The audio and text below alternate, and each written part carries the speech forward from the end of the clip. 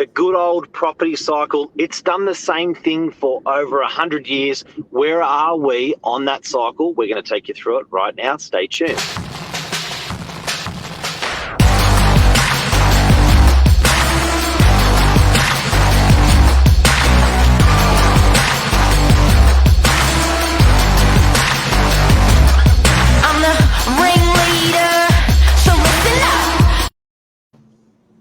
Good morning, Mark.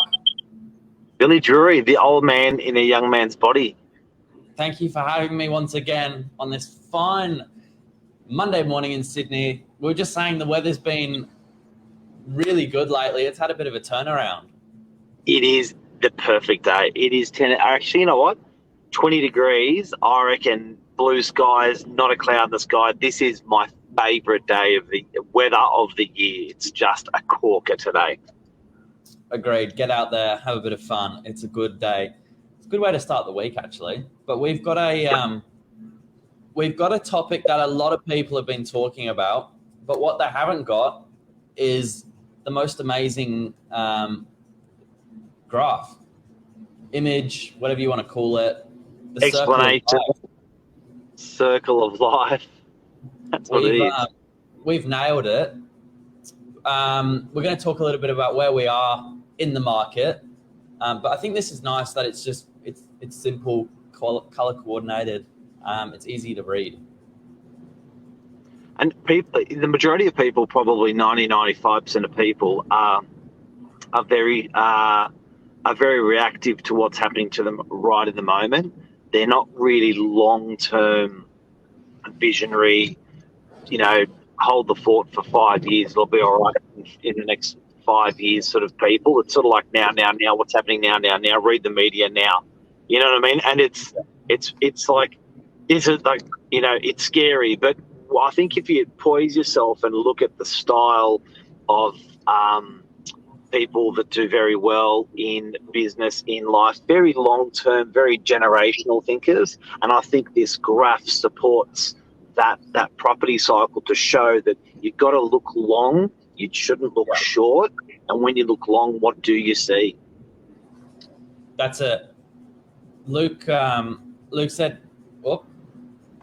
that's me. Nothing much changes long term. As you said, it's done property market's done consistently the same numbers, the same type of growth over 10, 20, 100 years. Doesn't look like it's going to change anytime soon. Yeah. Do you want to share screen now? It's good morning to Anmal, yes. And one more comment from Anmal. True, got to look at the context of the bigger picture. It's definitely the bigger picture. It's the long-term picture. What does it look like? Let's have a look. One more question, Mark, as we go into the circle of life. How often do you see these? Come round? So you might not be able to see that too well. We are going to zoom in, but the property investment circle, 4 different stages: boom, slow down, recovery, and slump. I should have probably done that in order. But your top 2 are a seller's market, high confidence, and then your bottom 2 is a buyer's market. Yep. So it is that cycle on average should be about a 10-year cycle. Sometimes this cycle will happen over 7 years, 6 years. Sometimes it'll be over 12 or 14.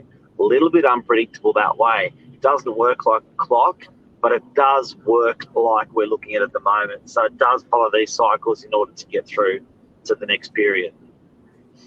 So on the back end of last year, we were coming out of a boom, very evident with the big numbers. Yep. That was a boom. And if we explore a boom there, what does that look like? Shortages of tradespeople, more buyers than sellers, intense media interest in the market. It's funny that's on the back end, not on the front end of the market. We definitely experienced that. We're testing our memories for the last 12 months. That would be in the property market. Yeah. That's almost every indicator of a boom, and every single one of those 4 points definitely happened. So no question about that. The slowdown, though, and it's interesting because in the boom they're saying hold or sell, and now they're saying sell. Is selling the only thing you can do in a slowdown market, Mark, or are you saying long term, just do what you've got to do and hold it for long?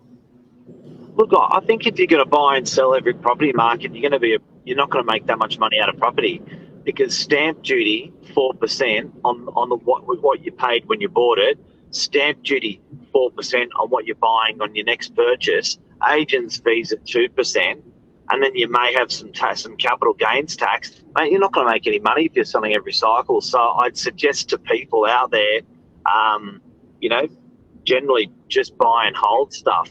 And the cycle is great to understand where you are, even if it emotionally carries you through so that you don't shit the bed. Yeah, I think it's good to know. Yeah, it's a good point. Hold. So a slowdown market, low rental yields. Is Sydney always low rental yields, Mark, or do you think they do fluctuate a little bit? When you look at it nationally, and I've been having this conversation a lot lately because I've got investors that are talking about buying nationally because they're trying to get away from land tax. If you buy in another state, generally you get a brand new threshold. But generally, yeah, Sydney's always been a little bit lower on the yield, but Sydney's always been fabulous on the capital growth. So if we've done an average of 5% on yields and an average of 10% on capital growth, that's a 15% amount of money that you can make out of your investment. Most states over the last 50 years would be very challenged to come close to doing what Sydney's done over the long term. So, but then again, over the short term, definitely there's been some speckles of other places doing better that would challenge Sydney, but I still believe in the long term. Yeah. Do you think we're in an affordability crisis? We've got a lot of people saying that finances may be getting a little bit harder to get a hold of. But are people simply priced out? Is that the reason the market's slowly dying? Or is it dying, leveling out? Look, I think for affordability comes in a couple of forms. The banks won't give you the money to buy.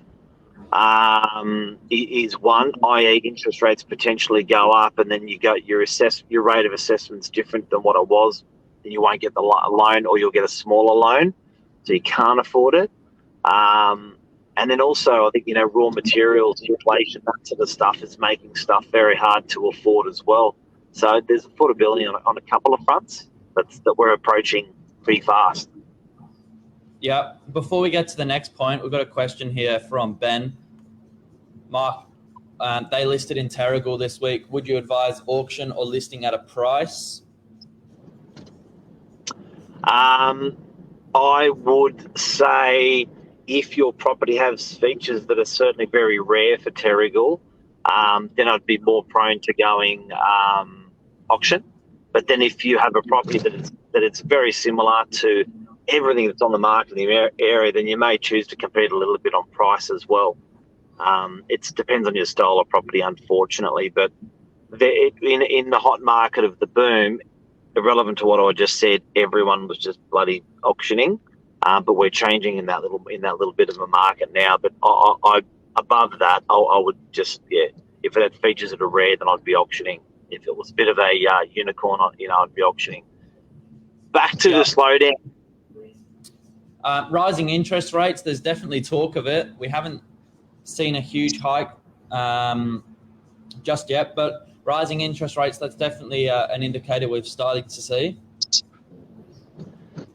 Yep. Construction price is dropping. I think it's probably the opposite from what I hear in the market.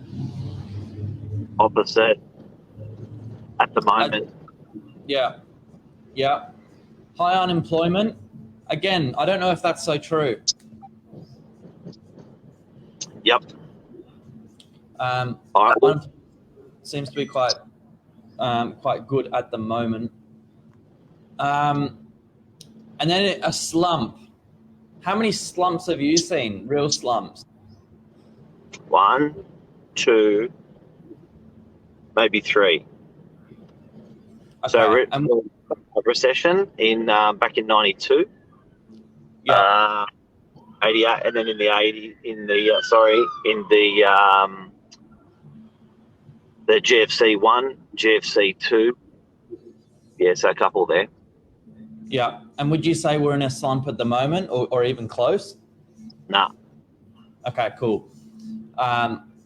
So tradespeople readily available. That's not the case at the moment. Property prices fall, more leveled out is what we've seen. High rental vacancies, absolutely not. And more sellers than buyers, absolutely not. So traditionally, that's what's happened. And when you start seeing those markers, guys and girls, that's the market that we're moving into. Yeah. Okay. And recovery, again, you've got to imagine some of these quarters might move quicker than others. Would you agree in that, Mark? As in, like, Yeah, well, Paul. you know, although they're broken into 4, some will definitely move quicker than others. Yep. And then your sort of recovery stage, rentals increase, low rental vacancies, housing levels tightening, and then rising housing prices. But I think it's interesting. It's a nice visual way to look at it. But some markets will even perform differently, as in micro markets. You know, Sydney versus regional. I think that's another way to look at it. Yeah, and look, I think that you may find that cycle is different, a little bit state to state. I.e., it's the same cycle, but it's timed differently to your area. That cycle doesn't. Everyone isn't consistent on that cycle around the country. But I do think I really am looking forward to that rental market pumping, because it's been a long time, a really, really long time. And I was talking with the landlord, I think it was yesterday. It's been probably 10 years, and we've probably only seen 10 or 20% growth in the rental market. That's all in 10 years. So, yes, the property market's doubled or quadrupled in some parts, but the rental market's nothing. So I really think that's got to be the next mover and shaker, and you can see where that sits on the quadrant. Yeah. Yeah, it's definitely overdue. Big time. And that is the circle of life in property. You'll find that on our Instagram, sitting there, that circle, if you need it, guys and girls. But yeah, look, I think we operate as business people differently through those different quadrants, and I think life will be pretty bloody boring if it was any other way. And I do have to put a message out to people on that boom market. The property market has stabilised. The property market has gone back to normal, and it was just ludicrous last year. So if anyone's wishing that the property market was going to continue like it did last year for the last 12 for the whole year, into this year for the whole year, I'd suggest that we'd be driving a car into a brick wall. The correction would really, really hurt. So we don't want a property market that does 30% a year. We want a property market that does conservatively 5 or 10%, and that's your double every 10 years. Safe. Nuts to normal. And we've got one more question, which we will cover like this. We'll cover this tomorrow. What happens if Labor wins, and does a particular government help property on its way better than others? Can we do that tomorrow, Mark? That's Yeah, let's do that tomorrow, because you did when we were off air, Billy did bring that up. So it's obviously clear people want to know, and I guess it's pretty big talk at the moment. So let's do that tomorrow. And anything else? I think that's it. That's nice. All of those pictures, diagrams, facts are all on the Novak Insta, Novak Facebook. So follow the socials. That's where they will get posted. It's nice. Makes it easy. Yep. And you know what a cracker of a topic, close to my heart, and I think close to all Australians' heart, property ownership. And, you know, at the moment, people don't know whether they're Arthur or Martha, but you can sort of ground yourself, ground your emotions by looking at that. Because, you know, a lot of people property is just the thing that, you know, you go to a barbecue, it's on everyone's mind. So it's just hopefully that graph's going to help sort of map it out for people a little bit. Yeah. That's it. Have a good day. That's a show. Enjoy the beautiful day, and hope that everyone enjoyed that F1 yesterday. What a cracker of a race. Well done to Ferrari. And, I've never watched the Formula One. 400,000 people, record crowd for any Formula One in the world, turned up yesterday. They need to get over to Sydney next. Down Spit I Road. think that horse has bolted. But yeah, such a good event. How good for Australia. That was great. Absolutely. Take care, mate. Everyone have a great week. See you, Billy. Thanks. Cheers.